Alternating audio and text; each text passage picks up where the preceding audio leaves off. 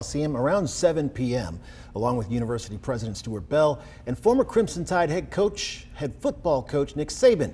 We have live team coverage of the preparations and the event. First, let's get to WVTM 13's Lisa Crane and Sherry Falk. I was going to say the weather's fine here in the Coliseum, but really it's electric. It's getting really exciting here in the Coliseum. It's getting more crowded and it's getting louder. It certainly is. Of course, the anticipation is, as you mentioned, electric, as we are waiting for President Trump's arrival. He will be the first sitting president to address a graduating class here at the University of Alabama. And we are right here in the center. The media is surrounding us. We're, to give you our perspective, we're in the middle of the Coliseum, but we want to pan over and give you a look at all of the graduates, their families, and faculty. Faculty members, they've already started piling up in here in the seats, as you can see. There were several hundred people in line with us at 2 o'clock this afternoon. And you're just looking at one side of the stadium here, but really there are so many people in here. Of course, security is very tight all around the campus in anticipation of the president's arrival. And just a reminder, you do have to have a ticket to get in. You absolutely do. Now, President Trump already on his way here right now. He is in the air right now. Chopper Marine One arrived at Joint Base Andrews less than an hour ago. Once it touched down, the president boarded Air Force One, headed for Tuscaloosa. He's expected to arrive at Tuscaloosa National Airport at 6:15, then arrive here at about 6:30, and of course, he will immediately take the stage. And there are several roads actually closed around the Coliseum. If you're in the area, you're going to see the barricades, you're going to see the flashing lights, a lot of police presence out there, a lot of extra security, as you can imagine, when the leader of the free world is coming to your town. Absolutely. So give yourself plenty of time to get to the area. We also heard from businesses around, and they posted on social media that they have prepared for this. They've been notified about all of the security measures and road closures in advance. Yeah, you know, not everyone in T-Town, though, is excited about the president's visit. There are some protests actually happening right now in this area. And we want to get out to WVTM 13's Jarvis Robertson at Snow Hinton Park, where many people have gathered to express their feelings about President Trump being here tonight. Jarvis?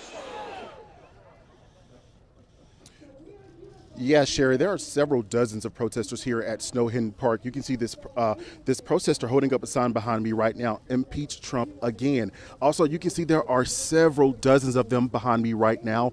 This rally just started. We have a speaker with the University of Alabama College of Democrats at the microphone right now talking to all of these protesters.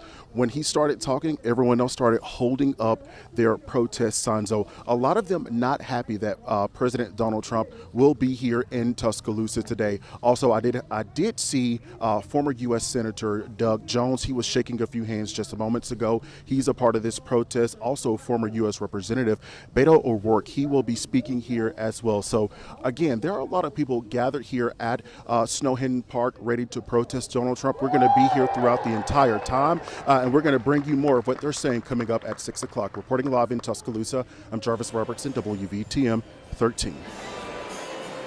All right, Jarvis, thank you so much. We'll check back in with you in a little while. We're going to go now to Emma. She's at the breaking news desk with the news of another breaking protest. Emma? Yeah, Lisa and Sherry. So this one is also in Tuscaloosa, but it's different than the one that we have Jarvis at. So I want to show you what we're seeing now. One of our photojournalists is out there, and just moments ago, these protesters began marching.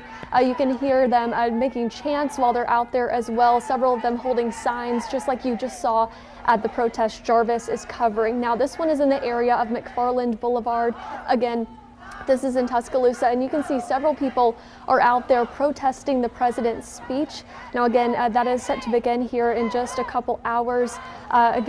People are out there. Not everyone is on board with him speaking at the university. Back to you.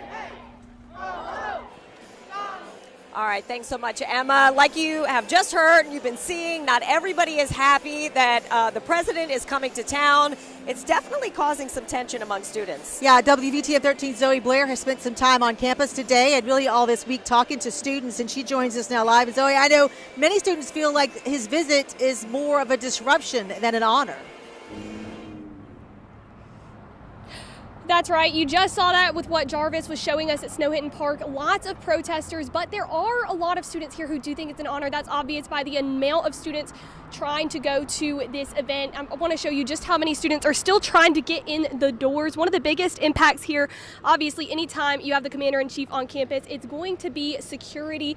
Security has been crazy here on campus all week. I'm told that there are Secret Service cars parked in front of many houses of these students, and we've also seen tons of police on campus today. I saw some Shelby County Sheriff's officers, lots of police from all across our area just here to make sure that the president and all of the spectators here stay safe.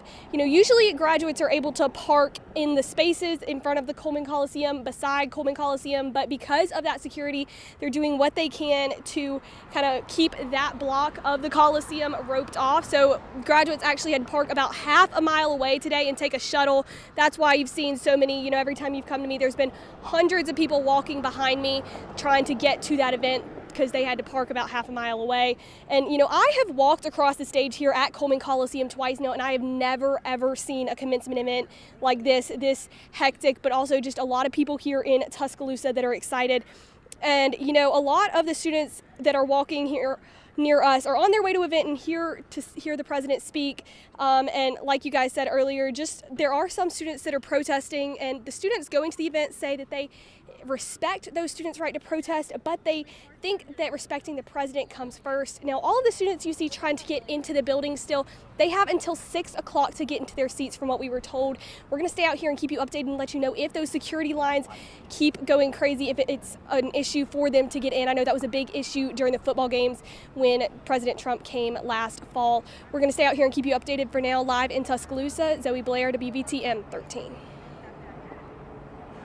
All right, thank you so much, Zoe. And of course, Zoe mentioned that it's pretty hectic out there, getting even more hectic. So if you're still headed out, there are some policies that you need to know about, security policies. The campus has its clear bag policy in place.